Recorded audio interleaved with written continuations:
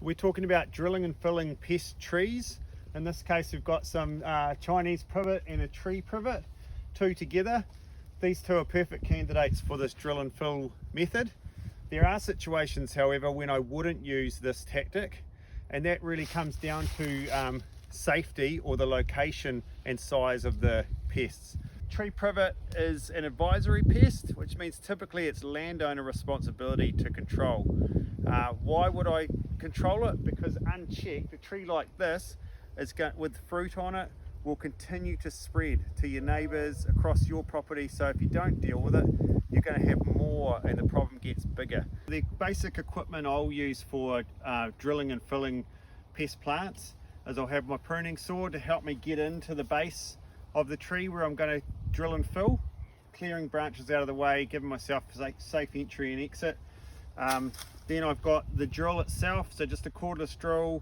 I've got a 13mm drill bit, something big enough that you can actually leave a hole of a decent enough size to hold some herbicide. Doesn't have to be super long, you know, you're aiming for 50 to 100mm into the tree depending on the size.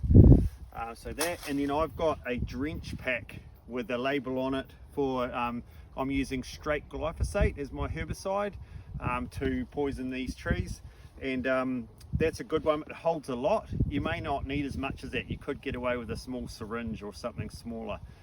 I'm also wearing gloves. I've got my overalls on, so I'm keeping my skin and my hands safe from handling the sharps and the herbicide itself. So for a tree of this size, we're going to need to drill a few holes around the base. So I'll just show you. We want to be nice and low to the ground, and we're going to pick out these root balls here. So I'm just going to drill in.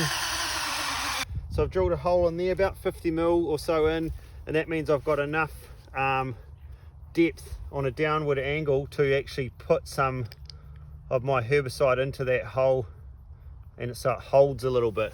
If you drill it too flat, it'll run out. So I'll do that, and for a tree this big, roughly 100mm apart, but a tree this big, maybe 3 or 4 holes, fill them up, and that'll be enough to kill this tree.